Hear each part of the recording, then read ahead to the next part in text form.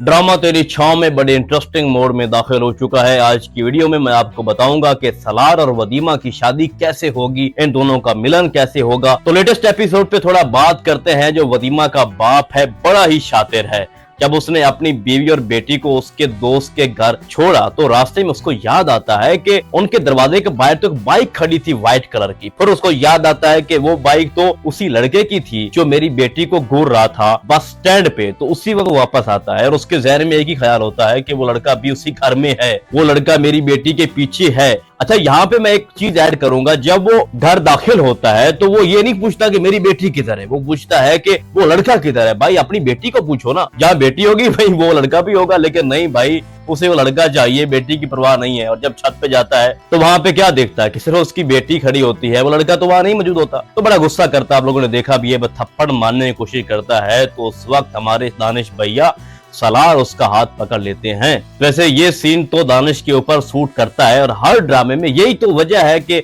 उसको लोग पसंद करते हैं, उसके एटीट्यूड को। लेकिन यहाँ पे जब उसका हाथ पकड़ता है तो उसको कहता है कि तुम इसके ऊपर अब हाथ नहीं उठाओगे क्योंकि मैं तुम्हारी बेटी से मोहब्बत करता हूँ, जिस तरह वो हर सीन में करता है। अब आगे जाके थोड़ी चीजें ये दिखाई गई हैं कि जो सलार का बाप है बड़ा ही कंजूस किस्म का बंदा है और कंजूस के साथ साथ वो बेगैरत भी है। एक चीज तो मैंने ये नोट की है, बड़ा घटिया उसको कैरेक्टर दिया गया है कि जब थाने से फोन आता है कि तुम्हारा बेटा हमारे पास है तो वो क्या कहता है कि इसने मेरे करोड़ों का नुकसान कर दिया है। जहाँ मैं चाह रहा था वहां इसने शादी नहीं की, और अगर शादी हो जाती तो मेरा बिजनेस बढ़ जाना था, तो इसने मेरी बात मानी नहीं है। तो तुम लोगों ने अगर इसको पकड़ ही लिया तो उसकी टांगे तोड़ दो। भाई कौन बाप ऐसे करता है अपने बेटे के साथ, वो भी इकलौता बेटा। तो खैर थाने में जो कुछ हुआ और जिस तरह से उसका दोस्त जो माजिद है उसको छुड़ाने आया। अच्छा, मैं माजिद के बारे में आपको एक बात बता दूं, जिस तरह से माजिद दिखाई देता है ना वैसा है नहीं। आप लोगों ने एक सीन देखा होगा कि जब सलार का दोस्त माजिद के पास हेल्प के लिए आता है तो बाहर एक गाड़ी आती है। वो गाड़ी मुझे मशकूक लगी है, जो आपको आगे जाकर दिखाया जाएगा कि उसका मकसद क्या था।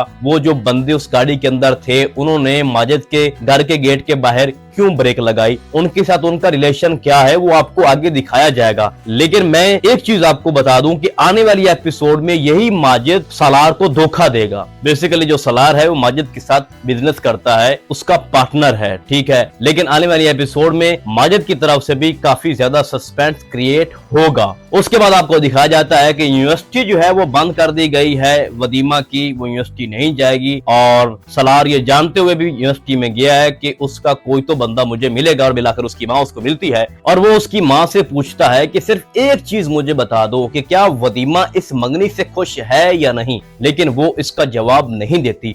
और सेम यही क्वेश्चन उसने वदीमा से भी पूछा था, लेकिन वदीमा इसका जवाब नहीं दे पा रही थी। तो उसको अंदाजा हो गया, बल्कि कंफर्म हो गया कि वदीमा की जबरदस्ती शादी उसके कजन के साथ की जा रही है। जिसके बाद सलार बहुत ज्यादा मुतमिन हो जाता है कि इसकी शादी तो उसकी मर्जी के बिना हो रही है, तो ये बहुत बड़ी अपॉर्चुनिटी है मेरे लिए। उसके बाद आपको दिखाया जाता है कि वदीमा की मां जब घर आती है तो उस वक्त उसका शोहर किसी बंदे को बुलाकर, मैकेनिक को बुलाकर वदीमा के रूम का जो दरवाजा है उसका लॉक ठीक करवा रहा होता है। लॉक ठीक नहीं बल्कि बड़ा लॉक लगवा रहा होता है। वो कहती है कि ये हमारी बेटी है, जानवर नहीं है जिस तरह से तुम उसको बांध के रखोगे। उसके बाद आपको एक और चीज दिखाई जाती है कि जब वो वदीमा से मिलती है तो वदीमा को खुद बताती है कि वो लड़का यूनिवर्सिटी में भी आया हुआ था और तुम्हारा पूछ रहा था, और उसने एक ही क्वेश्चन पूछा है कि क्या वदीमा अपनी इस मंगनी से खुश है या नहीं। तो पूछती है कि तुमने क्या जवाब दिया, तो वो कहती है मैंने क्या जवाब देना था। मतलब दोनों माँ बेटियों ने सच बता दिया है, ना बताते हुए भी, कि हमारी मर्जी के खिलाफ सब कुछ हो रहा है, हमारी खुशियों को रोंदा जा रहा है। तो यही चीज सलार को उनके करीब करेगी। और अब मैं आपको बताने जा रहा हूं कि वदीमा और सलार का मिलन कैसे होगा, इनकी शादी पॉसिबल कैसे हो सकती है। तो ये सारा जो किरदार है ना वदीमा और सलार को मिलाने का, ये वदीमा की माँ करेगी। आने वाली एपिसोड में आप देखोगे कि वदीमा की माँ ये चाहेगी कि जिस तरह से मेरे ऊपर जुल्म हुए हैं इतने सालों से, इस तरह का जुल्म मेरी बेटी के साथ क्यों हो रहा है। चलो ये तो अपनी जिंदगी अपनी मर्जी के साथ गुजारे ना यार। तो उसके बाद वो सलार को सपोर्ट करेगी, वदीमा को भी। और आने वाली एपिसोड में आप लोगों ने देखा भी है कि इतने मुश्किल और टफ टाइम के बावजूद भी वदीमा और सलार की मीटिंग फिक्स हो चुकी है और वो एक दूसरे से बात कर रहे हैं। तो ये सब किस वजह से पॉसिबल हुआ है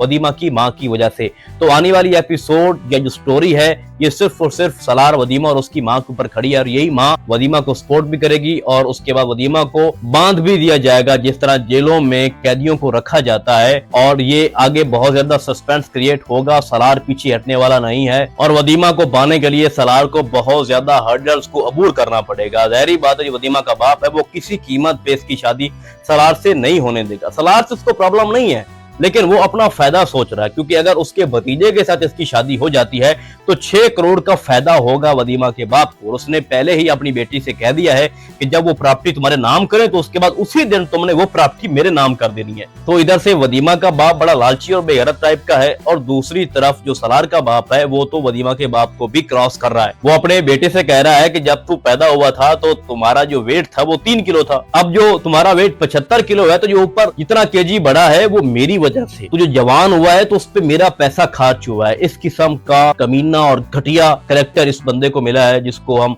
बैरो सब्जवारी कहते हैं। तो मेरे कहने का मकसद ये है कि वदीमा और सलार के लिए आने वाली एपिसोड या आने वाली जो स्टोरी है बहुत ज्यादा मुश्किल होगी। इन दोनों को एक होने में बहुत सारी तकलीफ से गुजरना पड़ेगा। तो बहुत ही अच्छा ड्रामा, एक मास्टरपीस है 2024 का। और वैसे भी जो दानिश तैमूर के जितने भी ड्रामे हैं वो फ्लॉप नहीं होते, स्पेशली जिसमें एटीट्यूड उसका भरा हुआ हो। तो उम्मीद करता हूं कि आप सब लोग इस ड्रामे को एंजॉय कर रहे होंगे मेरी तरह। तो फिलहाल आज की वीडियो में बस इतना ही। हम आपको बहुत जल्दी मिलेंगे किसी और ड्रामे के नए रिव्यू में, तब तक के लिए अल्लाह हाफिज।